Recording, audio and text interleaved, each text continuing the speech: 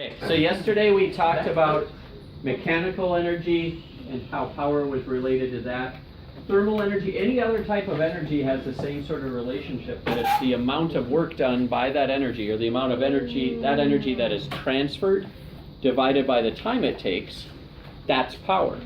So here we have a thermal energy example where a butane camp stove can heat up water, because if you're drinking out away from civilization and chlorine, you're probably going to want to sanitize the water. We've got, remind me, when we were figuring out thermal energy, what formula did we use? MC delta T, where M was the mass in kilograms, C is the specific heat capacity of the substance, delta T is how much it changes in temperature. Let's fill in what we can from this. This energy divided by the amount of time is going to be the power. We're doing work and we're not lifting something, we're not moving it faster, but we are heating it up. We are putting energy into it. What's the mass of that 1.5 liters of water? In the metric system, a liter of water has a mass of a kilogram. So 1.5 liters has a mass of 1.5 kilograms. What's the specific heat capacity? I didn't list that as I usually would. Yeah, 4186. You remember the units? Nice. Joules. So it's the amount of energy per kilogram and per degree C that you're changing it. Now delta T is how much is that substance changing in temperature. It's starting at 12. What temperature are we getting it to?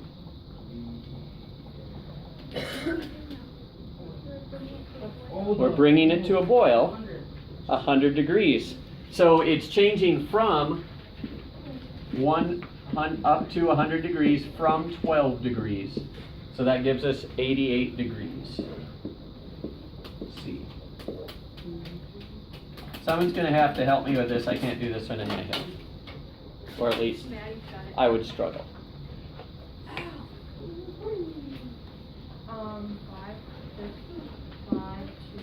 Say, start over, please. 552. That's amazing. What units?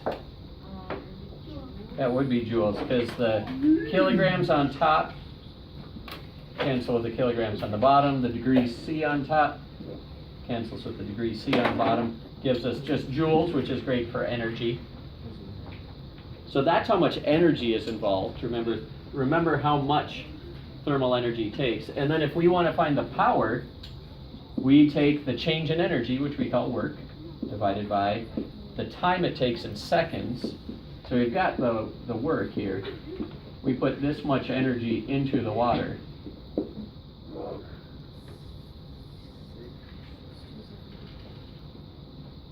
We've got 4.5 minutes. Yeah, times 60 gets it into seconds. 4.5 minutes times 60 seconds over 1 minute. We can cancel out minutes. That'll leave seconds. So just remember to put this in the parentheses. It's perfectly okay to do it ahead of time as well. What's our power there? Okay, just Jack. Oh, I thought you had it. 2046. Good. What units? Joules per second, but we had a special name for it. Watts. Yep. Watts is the name for joule per second, capital W. Which brings me to my next point, because it is joules per second, but let's remember that she was out yesterday, so I want to take this opportunity to remind everyone of a nice feature on the class websites, the Schoology sites. If you go to the Schoology website, and you go down to whichever unit we're in. I always have a video link. This is just a YouTube playlist. Click on that. It'll start the first one, but you can just pause it, that's fine. Scroll down, and here are all of the videos. Most of them are class lectures on the material that we've done. So even if you just want to review something like you've grown rusty on it, you can go and review there. Yesterday's lecture is right there, so it's power and mechanical energy. Today's I'll be putting up, that is power and thermal and electrical energy.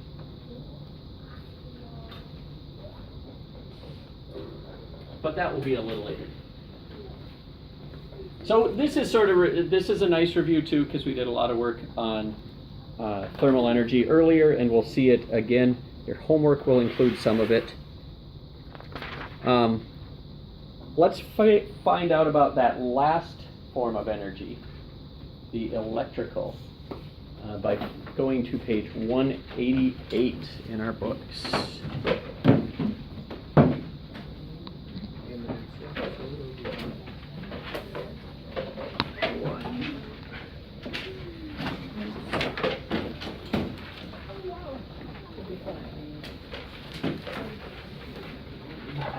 And we're going to start at electrical, power, and energy. I don't even want to ask more details. I didn't hear all of it, and that's good. That's fine. On your Xbox, that stinks, literally and figuratively. Would anyone like to volunteer to start us? Go ahead, Maddie. Power and energy. The reason that electricity is so useful is that electrical energy is converted easily to other types of energy. For example, electrical energy is converted to mechanical energy as the blades of a fan rotate to cool you. An electric heater converts electrical energy into thermal energy. Okay. Would you like to choose who's next?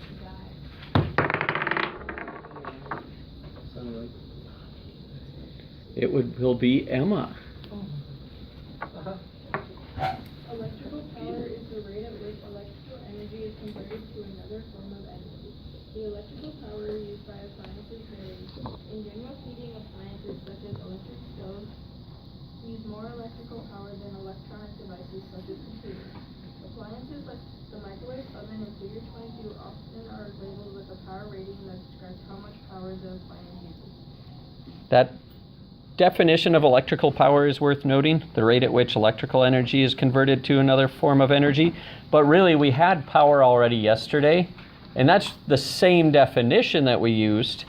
It's just starting at electrical. So I don't feel the need to write that one down. It's the same. We're just extending it now to a new form of energy. We'll be spending more time next chapter on electricity. But we're going to get a couple of the main topics here today so that we can figure out how it relates to power, and then we'll go back and figure out what's going on with electricity next chapter. Would you like to choose, Emma?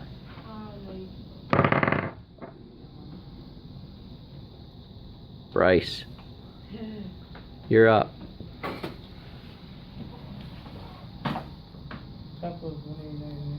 Yep. A device's electrical power depends on the voltage difference across that device and the current through that device. Electrical power can be collected from the following equation. Okay. Yeah, go ahead.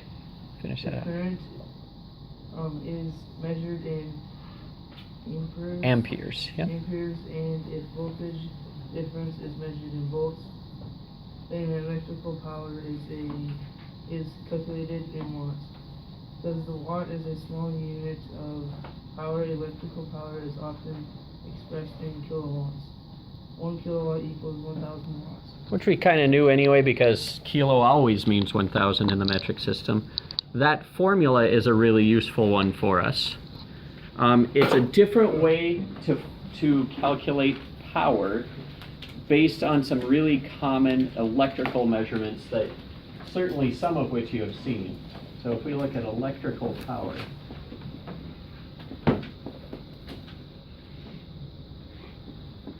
P equals I times V.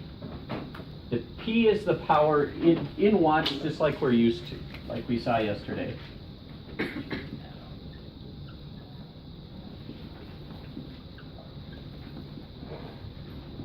So we abbreviate that with a capital W. The I here is the electrical current. So it's a measure of how many electrons are going through part of the wire per second. We measure it in amps. We usually sort of shorten it, and it's abbreviated with a capital A. Why would it be a capital A? It's a person's name. Named after, I forget his first name. His last name was Ampere. He was an Italian. Guglielmo, or maybe? I'm not 100% sure. But his last name was Ampere. Ampere, something like that, which we Americanized to ampere and then even shortened to amp.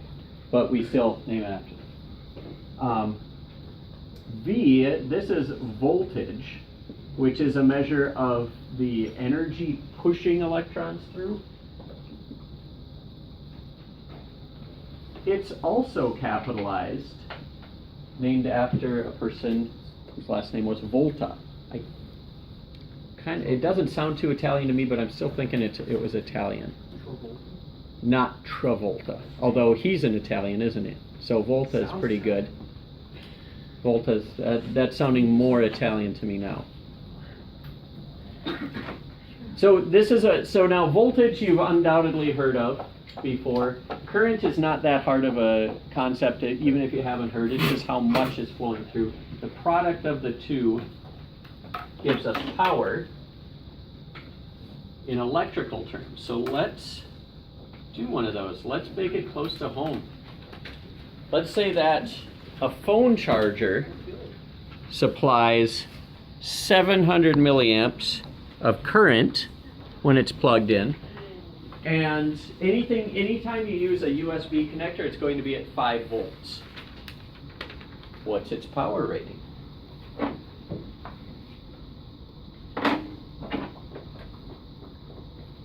Nothing simpler, right? Because we just figured out that the power in electrical terms is the current times the voltage. Wait, which one's current? 700 mA, but we need it in amps. 1,000. We divide by 1,000, just like you would if it were going milliliters to liters. So it takes 1,000 milliamps to make an amp. So if we divide this by 1,000, we're kind of multiplying that 700 milliamps by 1 amp over 1,000 milliamps. Milliamps will cancel, leaving 700 times 1 amp over 1,000. That'd be 0.7 amps. We know the voltage is 5 volts. All we have to do is multiply and we get 3.5. And the units, just like before, we're not going to worry about why these cancel out into watts at the moment, but it becomes joules per second, which is a watt. And we could do this with anything. And we'll actually see that. Yep, we saw that with the photo on the lower left of our page had an example of the back of an old microwave oven, it looks like. And it will often list it just in those terms where it shows the wattage, but just as often, maybe even more frequently, it'll say that this thing plugs into a wall, so it uses 120 volts, which is what our walls supply, and it will draw this much current. We can figure out how much power in watts based on that formula. Okay. Bryce, would you like to choose who's next?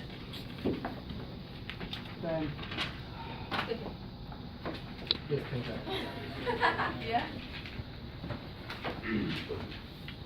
Electrical companies provide electrical energy that is being then transferred into other forms of energy, such as mechanical energy or thermal energy. Electrical energy that electrical companies provide can be calculated from this equation. You want me to start? Yeah. Electrical energy is usually measured in units of kilowatts per hour. 1 kilowatt hour is equal to 3.6 million joules, and is enough energy to lift an average sized car more than 200 meters. So one thing that you missaid and then corrected on the next time it is kilowatt hours and not kilowatts per hour, and it's actually related to the energy, but it's a huge number. Instead of 3.6 million joules, we use the term kilowatt hours, and we do this just for convenience, because billing for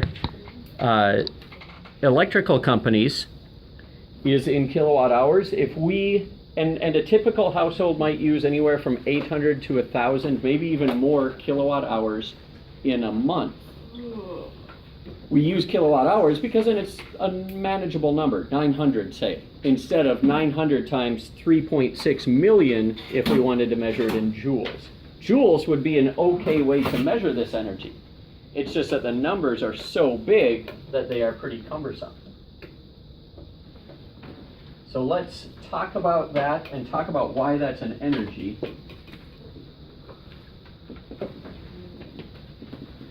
So electrical energy. We can use the term EE for electrical energy to kind of relate to the other ones, but we won't be measuring this in joules too often. This is going to be the power times the time. Now remember, power was work, which is really just the change of energy over time. So this is really just a different way to write it. Multiply both sides by T. We have T times P is equal to the work, which is the measure of the energy. But we do use different units. So in electrical, oops, let's just write it like that, energy, instead of using watts times seconds, we're going to have electrical energy in kilowatt hours.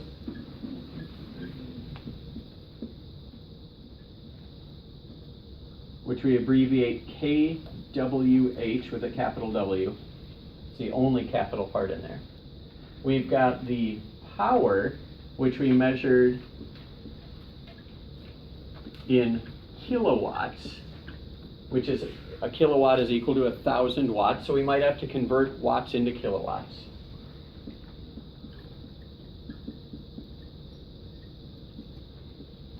And we measure the time here in hours instead of seconds. But we are still taking a power, which is a measure of the energy per unit time per second, times another time. So although the numbers don't quite cancel out, the units of time in these two do, and leave units of energy. Just a different way to write them that's more convenient for us.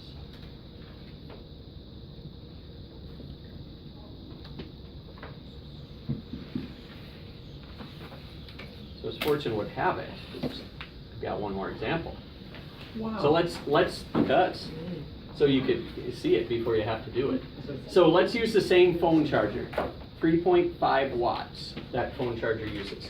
If you charge a phone constantly, say you're playing a game and it keeps drawing energy from the power receptacle for one full day, you don't sleep at all. You're just playing Fortnite the whole time. How much energy in kilowatt hours will it use?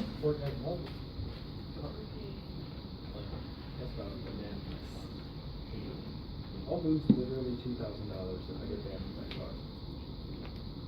I'm not even kidding. No, I bought one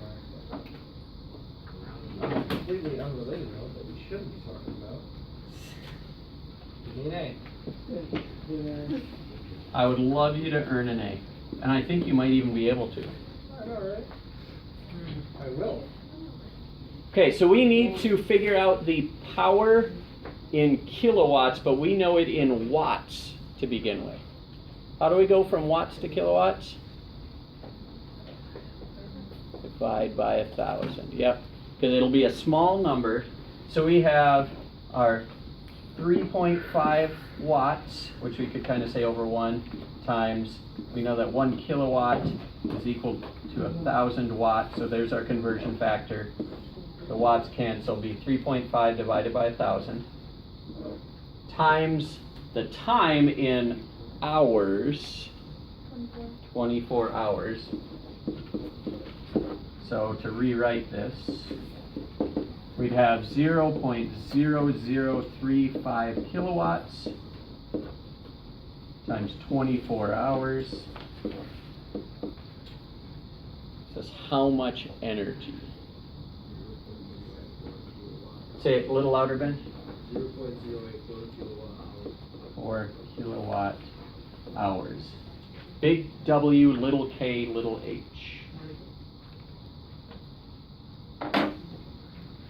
And that is all there is to it. But we've got to be careful about the units and make sure that we're converting them before we multiply so that we know what we're doing. Writing the units down with the numbers is an important step and an important part of knowing where you are.